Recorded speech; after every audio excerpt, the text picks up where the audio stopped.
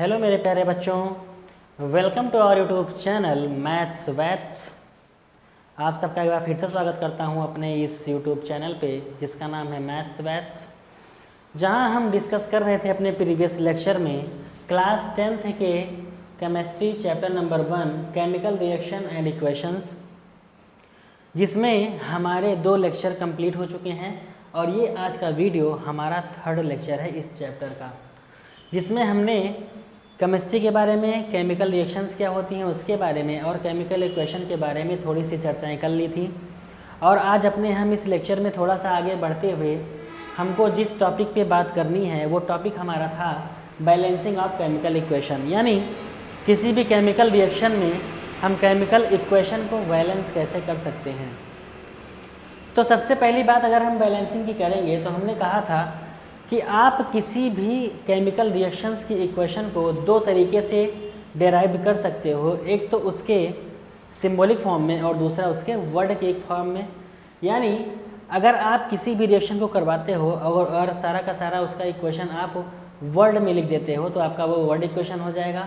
और अगर आप उस रिएक्टेंट या प्रोडक्ट में जो भी एलिमेंट्स आपके पाए जा रहे हैं, प्रेजेंट हैं, उनका अगर सिंबल का फॉर्म यूज़ कर रहे हो तो आपका हो जाएगा वो कौन सा, सिंबॉलिक फॉर्म। आगे हमको जो आज बात करनी है इस पे, तो बैलेंसिंग ऑफ केमिकल इक्वेशन के बारे में बात करनी है। तो सबसे पहले देखते हैं बैलेंसिंग ऑफ केमिकल इक्वेशन, आखिर इसका मतलब क्या होता है। देखिए, हमारे आसपास जितनी भी तरह की केमिकल रिएक्शंस होती हैं उसमें हमारा एक साइड का जो लेफ्ट हैंड साइड में हमारा कोई भी एक सब्सटेंस लिखा होता है या एक से ज़्यादा, तो आपका वो रिएक्टेंट होता है। और जब एरो के राइट हैंड साइड में आपका लिखा रहता है पूरा का पूरा, तो वो आपका प्रोडक्ट होता है। तो इसमें हमको जो बात करनी है तो हमको उस रिएक्टेंट में और उस प्रोडक्ट में दोनों में कैसे हमको बैलेंसिंग इक्वेशन का यूज़ करना है उसके बारे में हम इस इक्वेशन के बारे में जानकारी आज लेंगे। मान लीजिए हमारे पास किसी में मोल की संख्या ज़्यादा हो गई, किसी में 2 मोल है, किसी में 3 मोल है, किसी में ज़्यादा मोल हो गए, तो जितना आपका रिएक्टेंट होता है वही दोनों जब आपस में रिएक्ट करते हैं तब हमारा प्रोडक्ट का फॉर्मेशन होता है, और जितना रिएक्टेंट होता है उतना ही प्रोडक्ट का फॉर्मेशन भी होना चाहिए। इसीलिए दोनों तरफ की इक्वेशन, यानी लेफ्ट हैंड साइड का इक्वेशन और राइट हैंड साइड का इक्वेशन केमिकल रिएक्शन में दोनों बराबर होना चाहिए, इक्वल होना चाहिए आपका, तभी वो केमिकल रिएक्शन सेटिस्फाइड मानी जाती है। अब इसी में रोल हमारा क्या होगा, बैलेंसिंग ऑफ केमिकल इक्वेशन का। तो सबसे पहली बात करते हैं बैलेंसिंग ऑफ केमिकल इक्वेशन में कि आखिर में ये इक्वेशन किसके ऊपर डिपेंड है या किस पे आधारित है। तो ये इक्वेशन आपका आधारित होता है law of conservation of mass, द्रव्यमान संरक्षण का नियम। सबसे पहली बात अगर हम करते हैं, चाहे हम रिएक्टेंट को लें और उसका आपस में जब रिएक्शन करवाएं तो रिएक्टेंट का हमारे कुछ ना कुछ वेट होता है, यानी कुछ ना कुछ हम भार उसका जब लेते हैं रिएक्टेंट का, तब उसी को हम आपस में रिएक्ट करवाते हैं और फिर हमारे इसके प्रोडक्ट का फॉर्मेशन होता है। तो इसमें law of conservation mass of हमारा ये कहता है कि मास can neither be created nor be destroyed in a chemical reaction, यानी कोई भी केमिकल रिएक्शन हमारे आसपास अगर होगी तो हम मास को ना ही क्रिएट कर सकते हैं, यानी ना ही उत्पन्न कर सकते हैं, एंड नॉर बी डिस्ट्रॉयड, और ना ही उसको नष्ट कर सकते हैं। यानी हम कह सकते हैं कि ना तो द्रव्यमान को उत्पन्न किया जा सकता है ना ही उसको नष्ट किया जा सकता है। यही हमारा क्या बताता है, law of conservation of mass. इसमें एक लाइन आपके सामने डिनोट है यहाँ पर कि टोटल मास ऑफ एलिमेंट। हम बात किसकी कर रहे हैं, टोटल मास, यानी जो कुल द्रव्यमान होगा हमारा एलिमेंट का, तो कितना प्रेजेंट है हमारे रिएक्टेंट में उतना ही सेम एज प्रेजेंट होगा हमारे प्रोडक्ट में। यानी जितना मास प्रेजेंट होगा हमारा रिएक्टेंट में उतना ही हमारा प्रोडक्ट में भी होना चाहिए। फॉर एग्जांपल कह सकते हैं, मान लीजिए हमारे पास में एक रिएक्टेंट है A और साथ में हमने इसमें B मिला दिया और बनने के बाद में प्रोडक्ट हमारा बन रहा है AB। मान लीजिए इसको हमने लिया था कितना, 2 मोल, इसको हमने लिया था कितना, 1 मोल। अब ये 2 और 1 मोल जब आपस में रिएक्ट करेंगे तो ये भी टोटल का टोटल हमारा बन करके आना चाहिए कितना, 3 मोल। तो यानी जितना हम इधर रिएक्टेंट मिलेंगे उतना ही हमारा प्रोडक्ट का फॉर्मेशन होगा। यानी जितना मास हम यूज़ करेंगे रिएक्टेंट में सेम एज प्रोडक्ट भी उतना मास का हमारा क्या होगा बन करके आएगा। अब जो हमारा ये law of conservation of mass है ये ऑलवेज अप्लाई होगा आपके केमिकल इक्वेशन में या किसी भी केमिकल रिएक्शंस में। तो हमारा आगे का इसमें जो डिनोशन करना है आप लोग को, तो आगे हमको इसमें पढ़ते हुए चलना है क्या कि हम किसी भी केमिकल इक्वेशन को बैलेंस कैसे करेंगे, कैसे उसको हम बराबर करेंगे, यानी जितना हमारा रिएक्टेंट में है उतना ही हमारा प्रोडक्ट में वो इक्वल कैसे होगा। तो इसके लिए आपके सामने 3-4 स्टेप्स आती हैं, सारे के सारे स्टेप्स को आप लिख लीजिए। पहले एक छोटा सा हम एग्जांपल ले लेते हैं।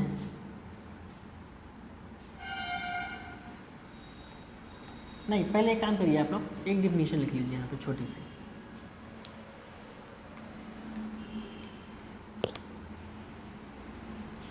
Element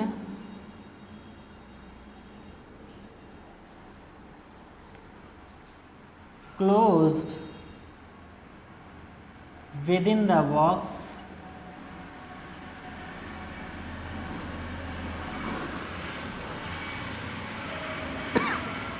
present in any chemical reaction.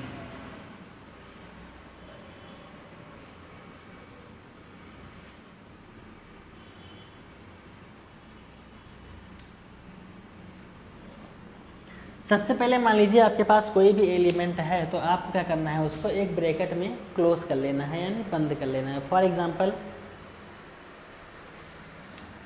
Fe plus H2O gives out Fe2O3 plus H2। ये हमारी मान लीजिए एक रिएक्शन है नॉर्मल सी, ये हमारा मान लीजिए कोई एक एग्जांपल है। तो हमने पहला स्टेप क्या लिखा है यहाँ पर, ये मान लीजिए हमारा क्या है स्टेप नंबर 1। पहला स्टेप क्या होगा आपका बैलेंसिंग इक्वेशन में कि जितने भी एलिमेंट्स आपके रिएक्टेंट और प्रोडक्ट में लिखे गए हैं सबको पहले एक बॉक्स में आप लोग को क्या करना है, क्लोज करना है। कैसे, ऐसे।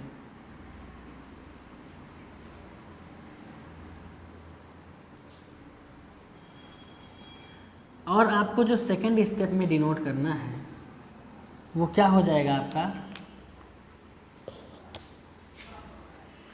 Change,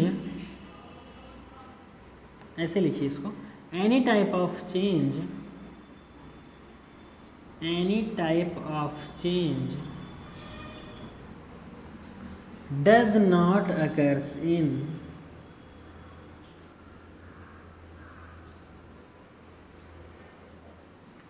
does not occurs within the box।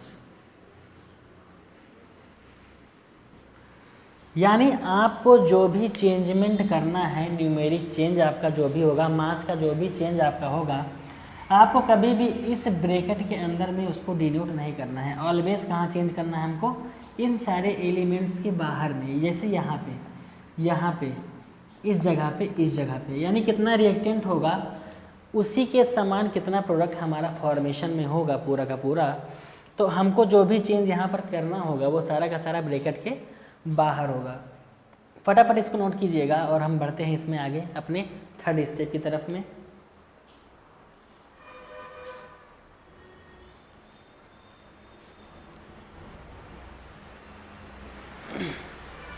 अगला आपका जो आएगा इसमें,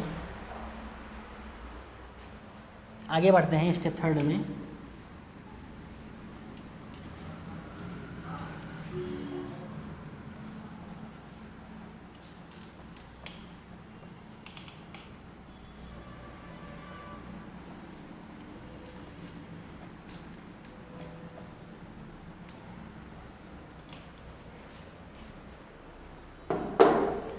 थर्ड स्टेप जो हमारा होगा इसमें इक्वेशन में बैलेंस करने के लिए, count the list of element, count the list of elements present in chemical reaction, present in chemical reaction.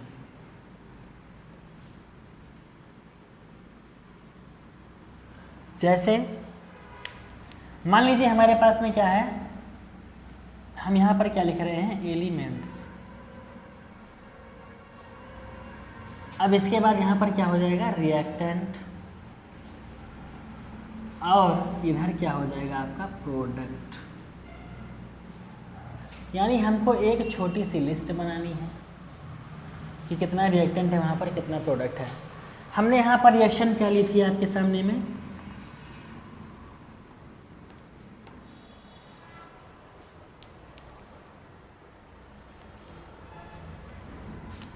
Fe plus H2O gives out Fe2O3 plus H2, ये आपका हो जाएगा।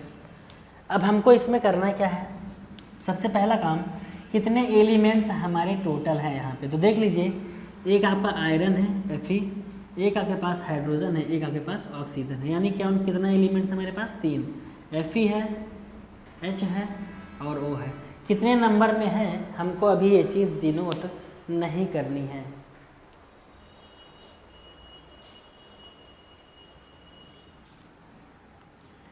अब हमको रिएक्टेंट में देखना है क्या कैसे कैसे है। रिएक्टेंट में आपका क्या है, Fe है। Fe कितना है यहाँ पे, 1। H कितना है यहाँ पे, 2। ऑक्सीजन कितना है यहाँ पे, 1। नंबर लिख देना है इसका। अब इसके बाद में क्या करना है, सीधे प्रोडक्ट में आना है। तो आपको तो पता है ये चीज़ आपकी क्या होती है, रिएक्टेंट, और ये चीज़ आपकी क्या होती है, वो प्रोडक्ट। अब देख लीजिए प्रोडक्ट में क्या क्या आपका आता है। Fe, ये रिएक्शन अभी थोड़ा सा रॉन्ग होगा, ये इसको क्लियर कर लीजिएगा थोड़ा सा। Fe3O4। अब यहाँ पर Fe कितना है आपका, 3। H कितना है आपके पास में, 2। O कितना है आपके पास में, 4।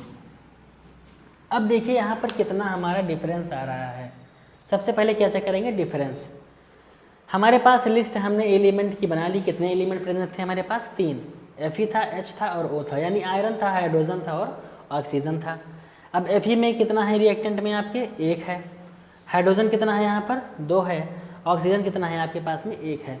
लेकिन जब प्रोडक्ट बन जा रहा है इनसे, तो प्रोडक्ट आपका जो बन रहा है उसमें क्या करना है आपका, सबसे पहले देखो क्या क्या कितना कितना है। Fe आपका कितना है यहाँ पे, 3 है। O आपका कितना है, 4 है। और आपका H कितना है यहाँ पर, 2 है। यानी अगर हम देखें तो हमारा H यहाँ पर भी 2 है और H हमारा प्रोडक्ट में भी क्या है, 2 है। ये दोनों चीज़ें 2 हैं, तो दोनों चीज़ें आपकी क्या हो जाएगी, इक्वल। यानी हमको कोई भी चेंजमेंट कभी भी यहाँ पर नहीं करना है। आइए डिफरेंस ढूंढते हैं कहाँ कहाँ है। Fe आपका है रिएक्टेंट में 1, प्रोडक्ट में फॉर्मेशन के बाद कितना हो जा रहा है, 3। यानी यहाँ पर 1 है, यहाँ पर 3, इनमें डिफरेंस आ रहा है। दूसरा डिफरेंस क्या आपका है, O। तो आपका O क्या है, इसमें रिएक्टेंट में 1 है और प्रोडक्ट में कितना है आपका, 4 है। यानी आपके पास 2 डिफरेंस यहाँ पर मिल रहे हैं, एक Fe में और एक O में। इसके आगे जो बात हम करेंगे उसको हम अपने आगे डिनोट करते हैं। फटाफट इसको नोट कीजिएगा, आगे बढ़ते हैं।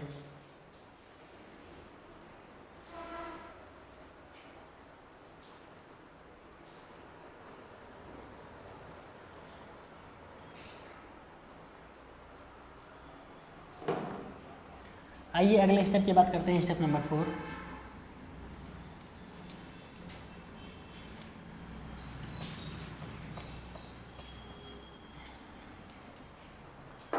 स्टेप नंबर 4 हमारा हो जाएगा, फर्स्ट ऑब्जर्व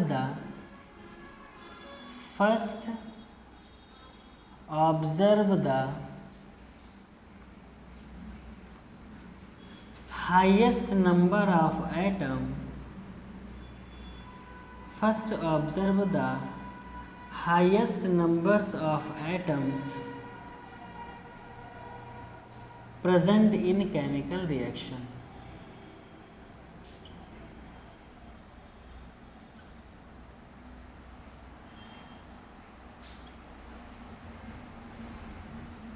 तो सबसे ज़्यादा संख्या में आपके इसमें रिएक्शन में कौन सा था, क्या था आपका, सबसे ज़्यादा क्या था आपका, ऑक्सीजन। मान लो ये हमारा क्या है, R for reactant, P for product. हम किसकी बात कर रहे हैं, ऑक्सीजन की। R में भी ऑक्सीजन, P में भी हमारा क्या है, ऑक्सीजन। रिएक्टेंट में हमारा कितना ऑक्सीजन था, 1, और यहाँ पर कितना ऑक्सीजन था, 4। तो अगर हम इन दोनों ऑक्सीजन को आपस में क्रॉस कर दें तब हमारा ऑक्सीजन क्या हो जाएगा, बराबर हो जाएगा। जैसे मान लीजिए हमारे पास ऑक्सीजन हम जब लिख रहे थे तो यहाँ पर 1 था और दूसरी तरफ कितना था 4। अब इस 4 को अगर 1 के बराबर करना है तो हमको 1 साइडेड में 4 से मल्टीप्लाई करना पड़ेगा, तभी 4 = 4 दोनों क्या हो जाएंगे हमारे बराबर। इसीलिए सबसे पहले हमें उस एलिमेंट को अपने देखना है जो हमारे केमिकल रिएक्शन में सबसे ज़्यादा एटम्स के साथ में है। तो सबसे ज़्यादा यहाँ पर क्या था आपका, ऑक्सीजन था। तो इसकी बात करेंगे, फिर उसके बाद हम बात करेंगे अपने अगले पॉइंट की।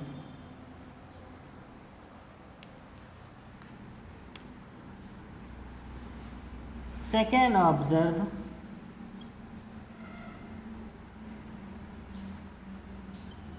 ऑब्जर्व द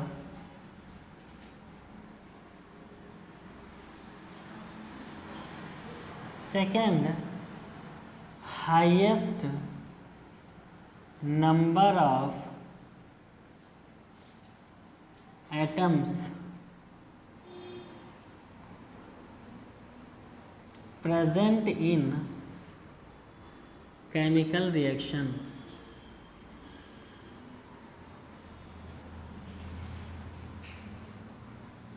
अब दूसरा एलिमेंट हमारे पास क्या था, तो दूसरा एलिमेंट हमारे पास में क्या था, मान लो रिएक्टेंट में और प्रोडक्ट में। तो दूसरा एलिमेंट हमारा क्या था, Fe था, जो कि यहाँ पर 1 था और इधर कितना था 3, यानी हमारे पास क्या था Fe, यानी जिसे हम क्या बोलते हैं आयरन यानी लोहा। अब ये हमारा 1 था, ये 3 था, इसमें भी जब हम क्रॉस मल्टीप्लाई करवा देंगे तब हमारा ये भी क्या हो जाएगा, इक्वल हो जाएगा। यानी यहाँ अगर 3 है, यहाँ पर 1 है, इसमें अगर हम 3 से मल्टीप्लाई करवाएंगे तो ये भी हमारा 3 और 3 क्या हो जाएगा, बराबर हो जाएगा। तो ये चीज़ आपकी क्या हो जाएगी, ये भी बैलेंस हो जाएगी। यानी सबसे पहले हमको ऑब्जर्व करना है कि सबसे हाईएस्ट नंबर उसमें कौन सा है एटम्स का, उसको इक्वल करना है। फिर दूसरा देखना है कि सेकेंड हाईएस्ट नंबर हमारे एटम्स का कौन सा है, उसके बारे में हमको देखना है। ये इतना रिएक्शन जब हमारा हो जाएगा, फिर हम इस रिएक्शन को आइए बैलेंस करने के बाद चेक करते हैं। अब पहले इतना बैलेंस कर लेते हैं, फिर अपनी रिएक्शन में हम क्या करेंगे, आगे बढ़ेंगे। कैसे, आइए देखते हैं।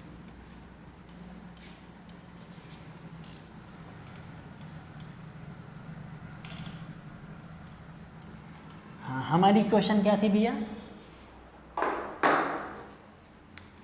Fe plus H2O gives out Fe3O4 plus H2। अब हमने यहाँ पर क्या ऑब्जर्व किया, सबसे पहले एलिमेंट क्या क्या था हमारे पास, FeHO। फिर बात करेंगे रिएक्टेंट की। रिएक्टेंट क्या था हमारे पास में, Fe की संख्या कितनी थी 1, H कितना था 2, O कितना था 1। बात करेंगे प्रोडक्ट की। Fe कितना है हमारे पास 3, H कितना है हमारे पास 2 और O कितना है हमारे पास में 4। अब आइए पहले इसको हम लोग बराबर कर लेते हैं। Fe यहाँ पर कितना है 3, यहाँ पर कितना है 1। अगर इसमें भी हम 3 से मल्टीप्लाई करवा दें तब हमारा ये भी कितना हो जाएगा 3। 3 and 3 इज इक्वल, आपका दोनों हो जाएगा, रिएक्टेंट भी और प्रोडक्ट भी। यहाँ पर 2 और 2 आपका क्या है इक्वल। अब बात करते हैं ऑक्सीजन की। यहाँ कितना है 4, यहाँ पर 1। जब इसको हम 4 से मल्टीप्लाई करवाएंगे तो हमारा कितना हो जाएगा, ये 4। अब 4 4 जब इक्वल हो जाएगा तो हमारा ऑक्सीजन भी क्या हो गया, बराबर। अब इस रिएक्शन को आइए हम थोड़ा सा बैलेंस करके यहाँ पर नोट करते हैं इसके हिसाब से जो हमने यहाँ पर किया। Fe plus H2O gives out Fe3O4 plus H2। आइए देखते हैं क्या करना है। हमने कहा था सबसे पहले रिएक्शन को क्या करना है, एक ब्रैकेट में क्लोज कर लेना है कि कभी भी इसके अंदर में चेंजमेंट नहीं करना है। हमेशा चेंज कहाँ होगा आपका, इसके बाहर में।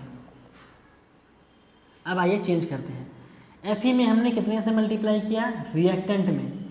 ये भैया हमारा क्या है रिएक्टेंट, ये हमारा क्या है प्रोडक्ट। जिधर चेंजमेंट करेंगे मल्टीप्लाई भी उसी के साइड करना है। ये नहीं कि आप रिएक्टेंट में चेंज कर रहे हो तो प्रोडक्ट में लगा दो वो चीज़, ये आपका गलत हो जाएगा और हर बार इस पर क्वेश्चन आपके एग्ज़ाम में पूछा जाता है। तो अगर हम Fe के रिएक्टेंट में चेंज कर रहे हैं तो कितने से कर रहे हैं, 3 से, तो यहाँ पर क्या लगा देंगे, 3।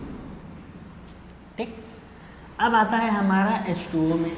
अब H तो हमको चेंज नहीं करना था, लेकिन O में हमने कहाँ चेंज किया है, रिएक्टेंट में। कितने से मल्टीप्लाई किया है, 4 से, यानी यहाँ पर क्या लगा देंगे, 4 लगा देंगे। अब जब हम इसमें 4 लगा रहे हैं तो हमारा तो ये ऑक्सीजन अकेला तो है नहीं, किसके साथ लगा हुआ है, हाइड्रोजन के साथ में। अब आइए एक बार काउंट कर लेते हैं फिर से। आप लोग इसको अलग एक लिस्ट बना लीजिएगा, हम यहीं पर इसको काउंट कर दे रहे हैं फिर से। ये चीज़ हम इरेज कर दे रहे हैं, यहीं पर हम काउंट कर दे रहे हैं, आप लोग फिर से कर लीजिएगा, इसको दोबारा बना लीजिएगा एक बार। अब आइए देखते हैं, अब हमारे रिएक्टेंट में Fe कितना हो गया, 3, प्रोडक्ट में भी Fe कितना हो गया, 3, यानी ये दोनों इक्वेशन हमारी क्या हो गई, इक्वल। हाइड्रोजन हमारा कितना हो गया, अब 4 2 8, यहाँ कितना है, 2। थर्ड O हमारा कितना हो गया, 4, ये देखिए, और यहाँ पर भी कितना है, 4। यानी हमने जब पहली बार रिएक्शन को बैलेंस करने की कोशिश की तो दो चीज़ें तो बैलेंस हो गई, 3 = 3, 4 = 4, यानी Fe हमारा ठीक हो गया, O हमारा ठीक हो गया। अब डिफरेंस किस में आ गया, आपके हाइड्रोजन में। ठीक, अब आपका डिफरेंस किस में आ गया, आपके हाइड्रोजन में। इतना नोट करिए, फटाफट इसको फिर आगे बताते हैं कि अब उसको कैसे अगली बार हमको ठीक करना है।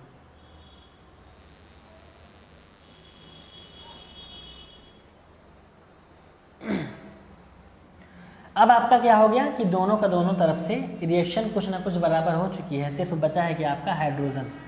तो आपको हाइड्रोजन को बैलेंस करने के लिए तो आपका अगला स्टेप क्या हो जाएगा, जो लास्ट आपका है, फाइनली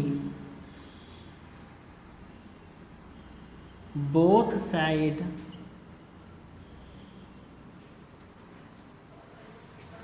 बोथ साइड में कीजिए इसको, finally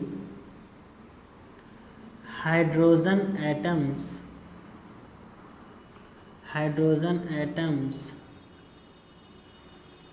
equal in both side. अब सबसे लास्ट स्टेप पे आपका आ जाएगा कि हाइड्रोजन एटम्स को आप दोनों तरफ से बराबर कर लो। अब देखिए आसानी से हो सकता है आपका ये कैसे, हाइड्रोजन यहाँ कितना है आपका, 8 है, यहाँ पर कितना है, 2।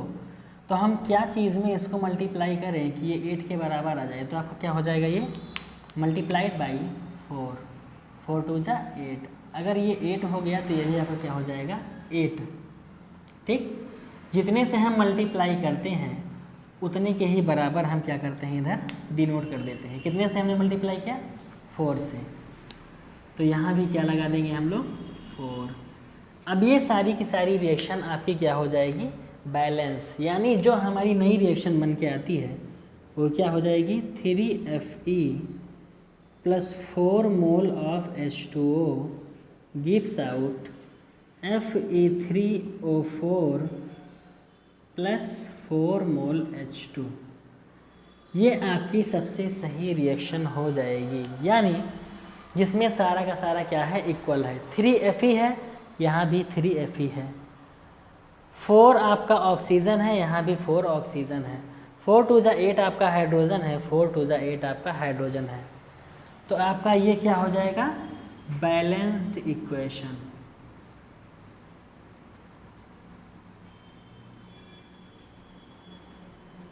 यही ट्रिक आपकी थी किसी भी केमिकल रिएक्शन को बैलेंस करने के बारे में, तो जिसमें आपके यही 5 स्टेप आसपास में आते हैं।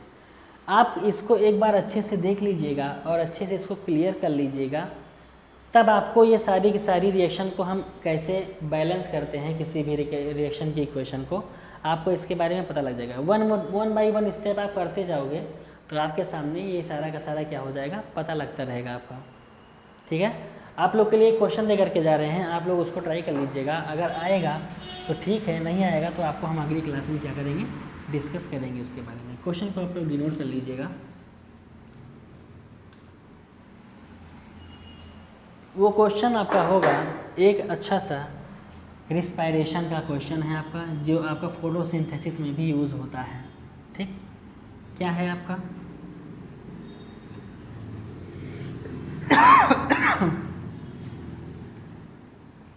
CO2 plus H2O gives out C6H12O6 plus O2। ठीक, ये रिएक्शन आपको बैलेंस करनी है। कैसे आप इसको बैलेंस करोगे, तो एक बार ये क्वेश्चन आप लोग सॉल्व करके आइएगा। ये आपके लिए घर के लिए क्वेश्चन है, आप लोग इसको बैलेंस करके ट्राई कीजिएगा। अगली क्लास में हम इसके बारे में डिस्कस करेंगे। ये आपकी क्या है, ये आपकी फोटोसिंथेसिस की रिएक्शन है, जो पेड़ पौधे हमारा प्रकाश संश्लेषण करते हैं उसकी। आप लोग इसको बैलेंस करके आइएगा। बाकी इसके आगे का वीडियो हम अपने नेक्स्ट लेक्चर में आप लोग को प्रोवाइड करेंगे, जिसमें हम टाइप्स ऑफ केमिकल रिएक्शन के बारे में बात करेंगे। कैसे भी कोई रिएक्शन कैसे कितनी टाइप की होती है, तो आपको 5 टाइप की बेसिकली रिएक्शन इसमें पढ़नी है। एडिशन रिएक्शन आपका हो जाएगा, डिस्प्लेसमेंट हो जाएगी, डबल डिस्प्लेसमेंट हो जाएगी आपकी, और उसके बाद में डिकम्पोजिशन रिएक्शन हो जाएगी। सबसे लास्ट में आपका हो जाएगा क्या, ऑक्सीडेशन एंड रिडक्शन। और उसके बाद में 1-2 हेडिंग्स आपकी और रह जाएंगी, कोरोजन वगैरह। उसको पढ़ने के बाद में आपका ये चैप्टर क्या होगा, क्लोज हो जाएगा। तो आज अपने वीडियो में हम यहीं तक रखेंगे। आपका ये सबसे मोस्ट इम्पॉर्टेंट आपका पॉइंट था इस चैप्टर का।